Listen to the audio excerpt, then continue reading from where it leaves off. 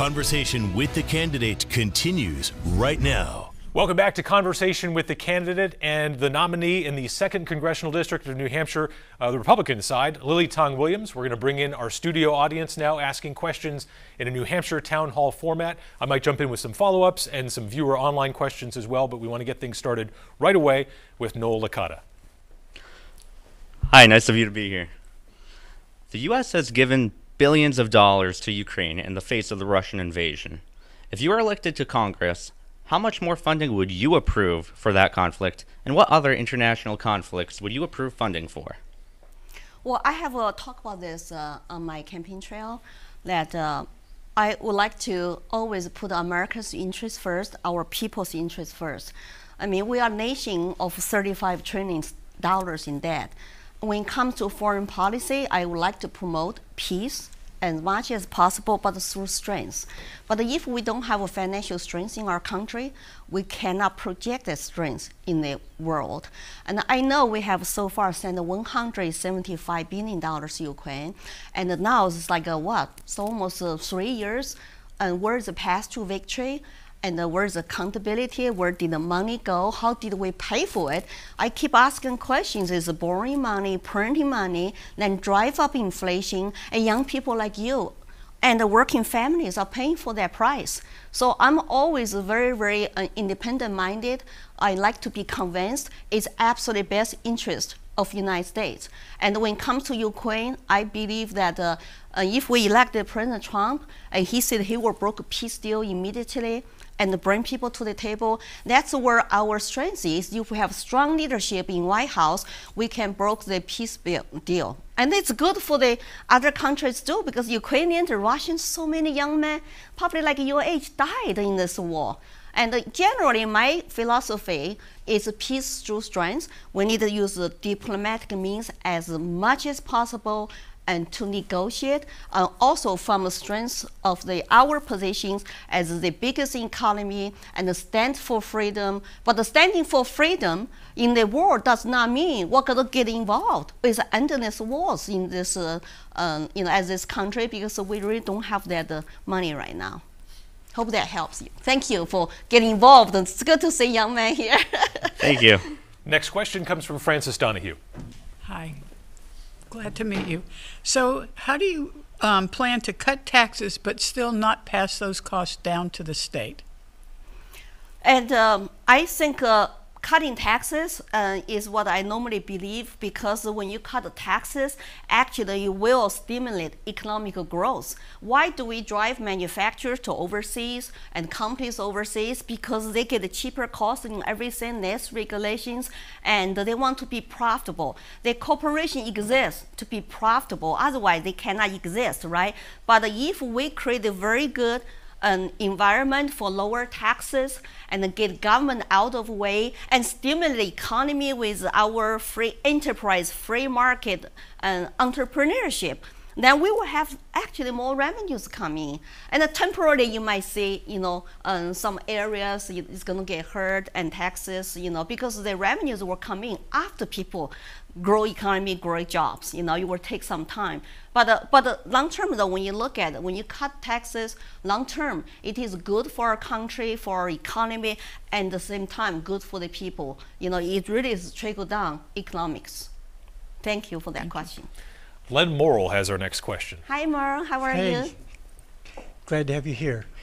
I was recently talking to a current member of Congress about Social Security and asked him what are they doing in Congress about it. And he said they have absolutely no intentions to strengthen or change Social Security. What are your thoughts on, should it go away, or what would you do with Social Security? I have said that I will protect Social Security. That's the money our senior citizens work for years to pay into system, and they're waiting to, get some money back, and they can enjoy retirement at the old age. But I also have been saying that there's no lockbox. Social Security money is gone because our federal government addicted to looting that money to spend on other things we should not spend on. And it's very sad to say now they're projecting Social Security might have issues with just inadequate funding. How do we strengthen that And I tell the seniors, you should not be affected at all. You should get the money you're supposed to get and enjoy in retirement. You're already paying for inflation because food price, everything going up. And, people on fixed income are really hurting. I have not looked at any proposals yet, but I always tell people, our people pay into the system, and they should be protected, and they should have peace of mind in their retirement. So, I have, families are Social Security too, right. And I feel the pain of high inflation because every year they get raised a little bit, right? So that's where my position is. We need to protect it. We need to stop government from looting it, and we need to stop blue states and getting illegal immigrants to come in to share that pot. It's already, getting insolvent. We don't need any more people coming here looting Social Security money. Thank you. Thank you. Just a quick follow-up there, Lily. So any privatization, would you vote for a privatized portion of Social Security? I have not seen anything like that. I don't want to even talk about that because I'm focused on protecting Social Security and the seniors' Medicare benefits now. Next question comes from Gail Taylor. Hi, Gail. Nice to meet you. Nice to meet you. What Free Stater values would you bring to Congress, and would you explain what a Free Stater is? And I know I've been getting attacked. People even call me extremist. It's funny. And Free State Project is just a nonprofit organization, and they even cannot get involved in politics. What they do is they only probably have one part-time staff and to provide resources. How did I know about Free State Project? Is because I went to Freedom Fest to give a talk there. I met somebody from New Hampshire. They say, have you ever heard about New Hampshire? Kind of, not really. It's like, how about the Free State Project? No, but he put me something in my head to say, oh, there's a Free State Project. Liberty-minded people are encouraged to move to New Hampshire, basically create the liberty of our lifetime. The reason they choose New Hampshire, because they embrace New Hampshire's cultural tradition and also live free or die models that are really kind of consistent with what they're trying to promote. So I basically did the research and sign up, and there's no anything enforcement, and they did not help me except the community resources where you can go to buy a house. And the biggest help I got is when I drive in with my husband with a 20-foot-6 truck, and they come here, unloaded the truck. After that, I have not been active except I speak there once a year, twice a year, but I have been really involved in our state and Republican Party on our community for the past 5 years. So I would say that it's nothing for you to be afraid of, and there's lots of people, I don't know who they are involved, who are active, and but I have been doing my own thing. So there's no oh, you got to do this, you got to do that. No, I even don't agree with some of the people's, what they're doing, But at least we all love freedom and liberty. We come to New Hampshire trying to get the local people to join us and support us so can keep our New Hampshire as a free state. I hope that helps. Yeah. It does. Thank you. Yeah, thank you. We have a viewer question coming in now from Devin Johnson, who asks, what would you do on the issue of immigration if elected? Would you support a bill mandating E-Verify for certain businesses and perhaps further restrictions on immigration? I'm probably the only legal immigrant here running for high office, and I support legal immigration. I actually took 7 years to become American citizen, had to go through all the process. And my brother waited 13 years, come to United States from China with me, be a sponsor. You know what that means, being a sponsor? That means family member coming here for the first 5 years, they're not eligible to get on government doles on the back of taxpayers. So my brother and his wife can live with us for 2 years until they can move out. But the legal process is so long, needs to be streamlined. I totally agree, because legal immigrants come here, work hard, live the American dream, and that's great thing, and I met lots of them, but I'm against the illegal immigration, open borders, because that put our national security, our safety, and the empowered drug cartels, human traffickers. And when it comes to business, I know they need a labor force, but there are 5 million people are waiting in line for over a decade to come here legally with sponsors like what I did for my brother. Why can't they just talk about that and let them come in quicker And then you don't have to run into E-Verify, because they all come here with legal documents. You don't have to figure out if they're legal or illegal. And I would like to open our job market online for people to apply jobs, come here work from all over the world. That means you don't worry about their identity, you don't worry about health screen, background checks, no terrorists. Why can't we do something like that to send a powerful message in the world? If you want to come here legally and you want to come here work hard, achieve your American dream, we welcome you. But instead, right now, it's chaos. I went to northern border. It's horrible, wide open. 16,000 people cross illegally through northern border from 81 countries. And 3 hours from my house, Pittsburgh. Homeowners are worried about camping in front of their yard because kids are afraid somebody is all of a sudden show up. And they're not Canadians. They don't just come here, drink some beer and eat some dinner and go home. We are a border state, so we need to secure the border. Now we do need to encourage legal immigration and streamline the process. Next question comes from Kevin Donahue. Hi, Hello, Kevin. Ms. Williams. How are you? I was just wondering, if elected, what would you do to support the veterans and the issues that they've incurred from service due to the service of their country? Are you a veteran? Yes, ma'am. Thank you for your service. I have 2 sons, 1 daughter. My 2 sons are veterans too. One just left the Space Force last year, and one used to be the Army, National Guard. And I support our veterans. And they are the ones who put their life on line. Their families also made a huge sacrifice to service our country. And I would like to listen to their concerns. I have been talking to veterans groups, their issues in our state. And at the federal level, I really like to say they have, just like regular other people who have private insurance, have maximum freedom to choose their health care and to make decisions instead of put them waiting in line for a long time. Even with 30 days right now, the waiting period. But I heard if you don't get the service you need, they constantly, extend another 30 days, another 30 days. Well, people could get hurt in this waiting period.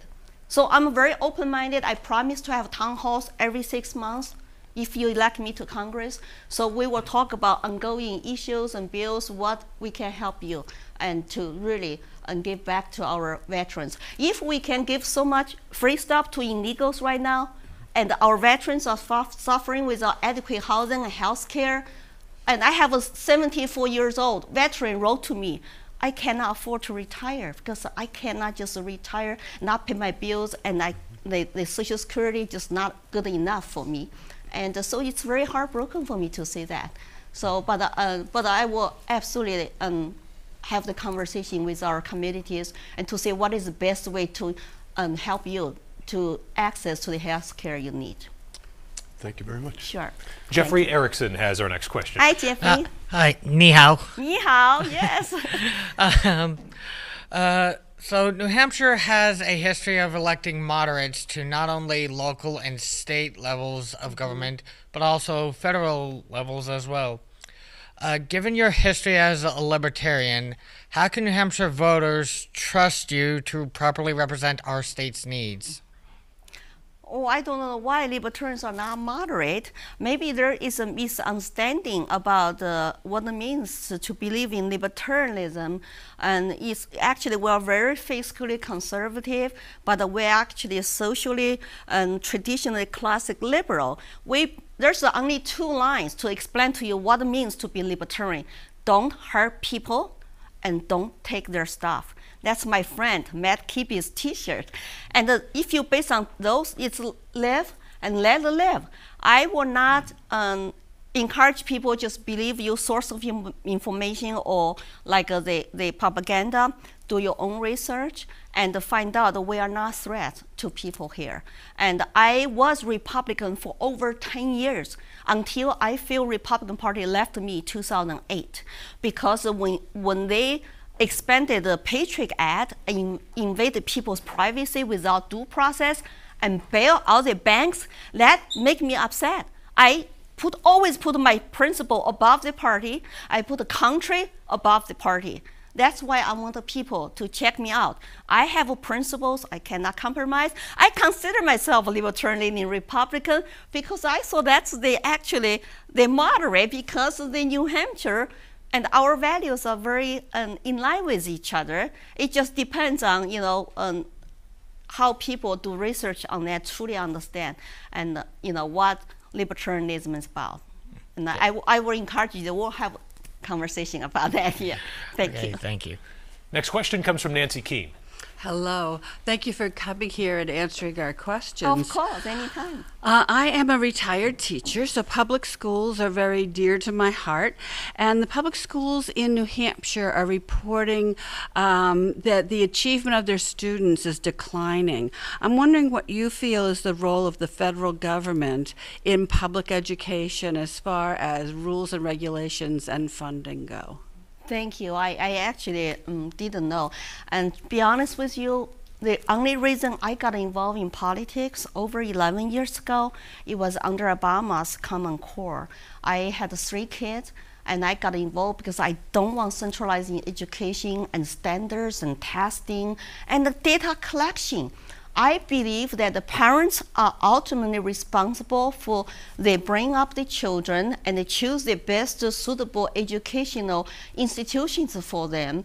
And I would like to say we have more state control and local control in education, and the $90 billion a year for the Department of Education budget right now. But our kids are performing well below other, European nations.